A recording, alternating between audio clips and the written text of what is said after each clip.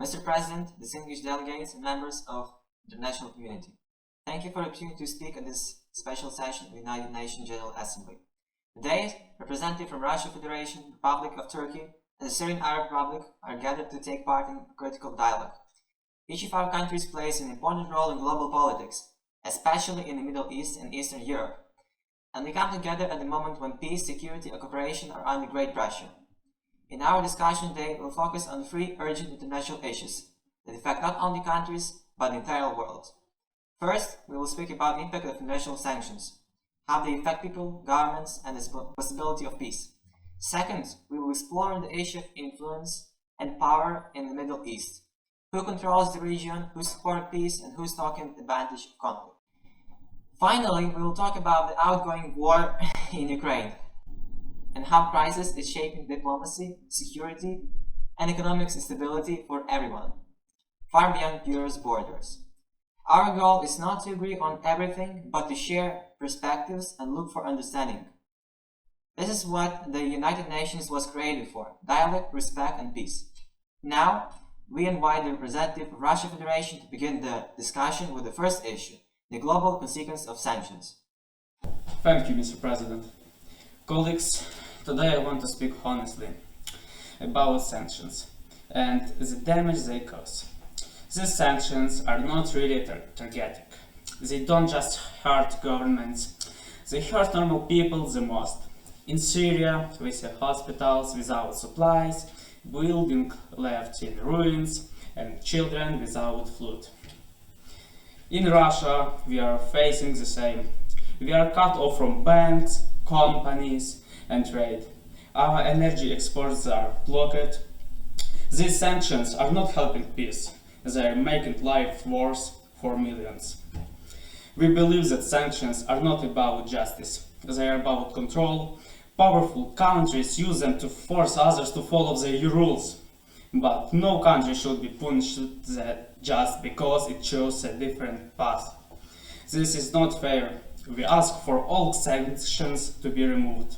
From Russia, from Syria, from anywhere they hurt innocent people.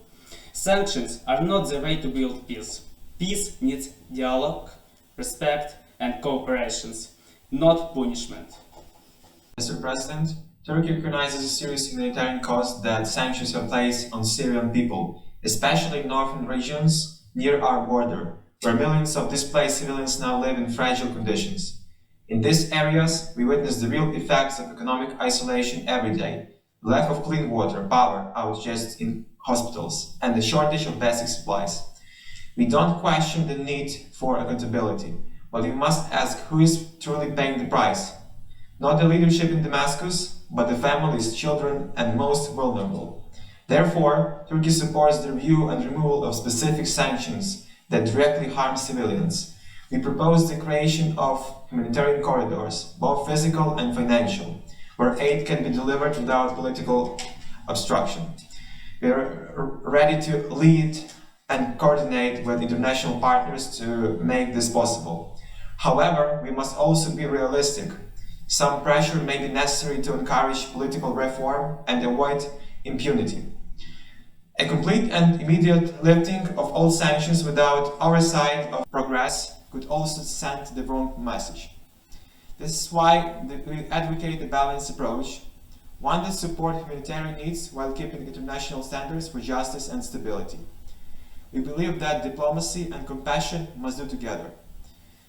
Sanctions should never become a tool of collective punishment, and Turkey is committed to solutions that put human lives, not politics, at the center of international agenda.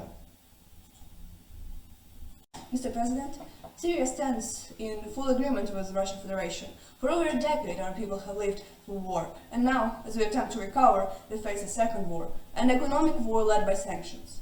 The Caesar Act and the other measures imposed by the United States and its allies have done what bombs could not. They have frozen our recovery. Our children go to school without books, our hospitals are without electricity, our elderly die without medicine. Those are not accidental side effects. They are direct result of political choices made by those who claim to defend human rights. The so-called humanitarian exceptions written into the sanctions are fiction. No international company wants to risk working in Syria.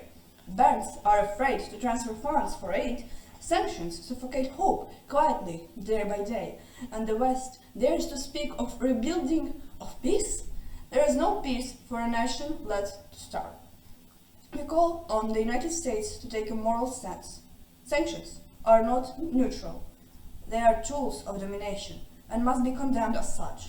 If the West claims to care for the Syrian people, then let them improve it, not with empty words, but with the end of this economic war. Thank you, Mr. President. Thank you, my dear colleagues. Mr. President, Russia's role in the Middle East, and especially in Syria, is clear and legal. We are in Syria because we were invited by the Syrian government. Our military is not there to take land or steal resources. We came to fight terrorism, help the Syrian army, and support peace and order. Our actions helped stop the spread of ISIS and allowed Syria to protect its territory. Some countries speak of peace but act differently.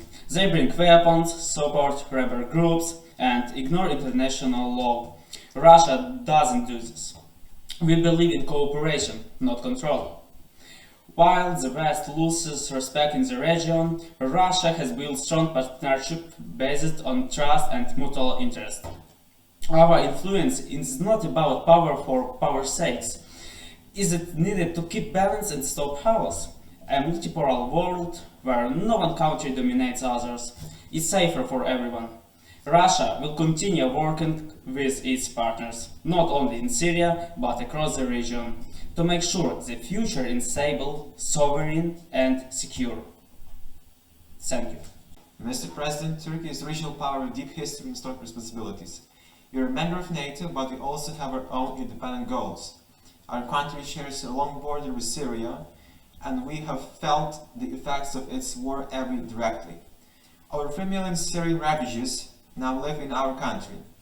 We have faced terrorist attacks and security threats, especially from groups of northern Syria. That is why we are present there, not to invade but to protect.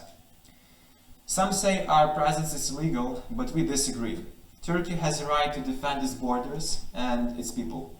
We are acting to stop terrorism, prevent new refugee waves, and protect peace in the region. At the same time, we don't want conflict. Turkey is always ready to talk, to find diplomatic solutions, and to work with all countries, including Russia and Syria, when it benefits the whole region. We don't want to stay in Syria forever, but we must make sure that when we leave, the situation is safe, stable, and respectful of all communities. Influence should not mean domination. It should mean leadership through actions, responsibility, and respect. Thank you. Mr. President, Syria thanks the Russian Federation for its continued support. Russia is a true partner that came to help at a time of crisis.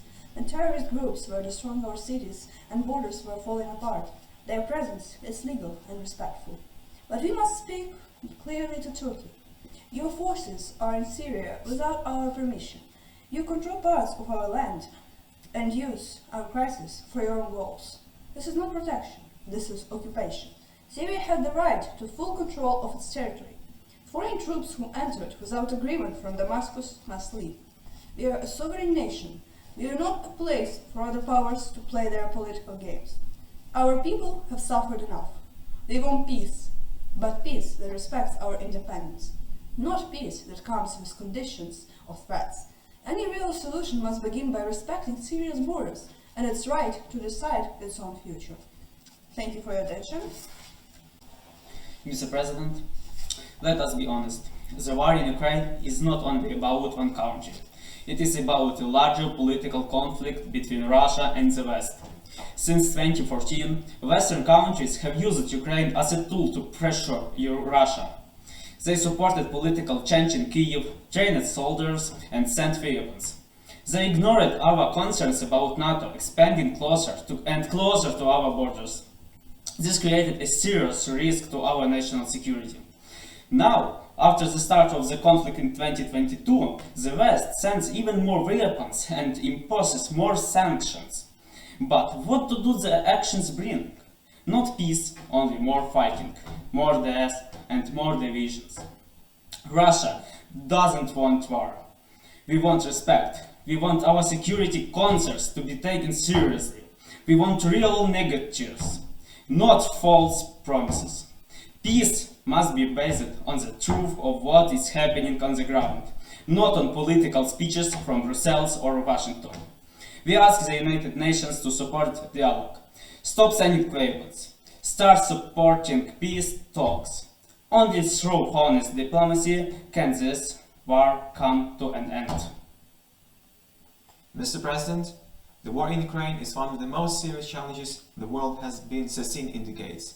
Turkey believes this conflict is not only a danger for Europe, but for the entire international system.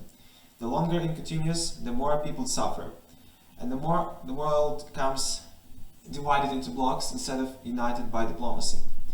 From the very beginning of the conflict, Turkey has tried to be a bridge. We support Ukraine's independence and territorial unity, and at the same time respect the importance of maintaining open dialogue with the Russian Federation. We are one of the few countries that still talks to both sides and tries to build trust. In March 2022, we hosted direct peace talks in Istanbul. We showed that event as the most difficult times diplomacy is possible. Turkey continues to believe that negotiations are the only way forward. Military solutions will only bring more destruction. Every new round of fighting affects more than just the battlefield. It increases the cost of food, energy and transportation. In Africa and the Middle East, families go hungry because grain cannot be delivered. The Black Sea Grain Deal, which Turkey helped organize, is one example of how regional diplomacy can help the global economy. We believe the United Nations must play the stronger role in the peace talks, not by talking aside, but by creating space for real compromise. Turkey stands ready to do its part, not just as a neighbor, but as a responsible regional power that wants peace, stability and respect for international law. Thank you. Mr. President, Syria fully supports the position of the Russian Federation. We understand this conflict not only as a war in Europe, but as a part of a much bigger political problem. One where powerful countries use international law only when it helps them. This is what happened to Syria.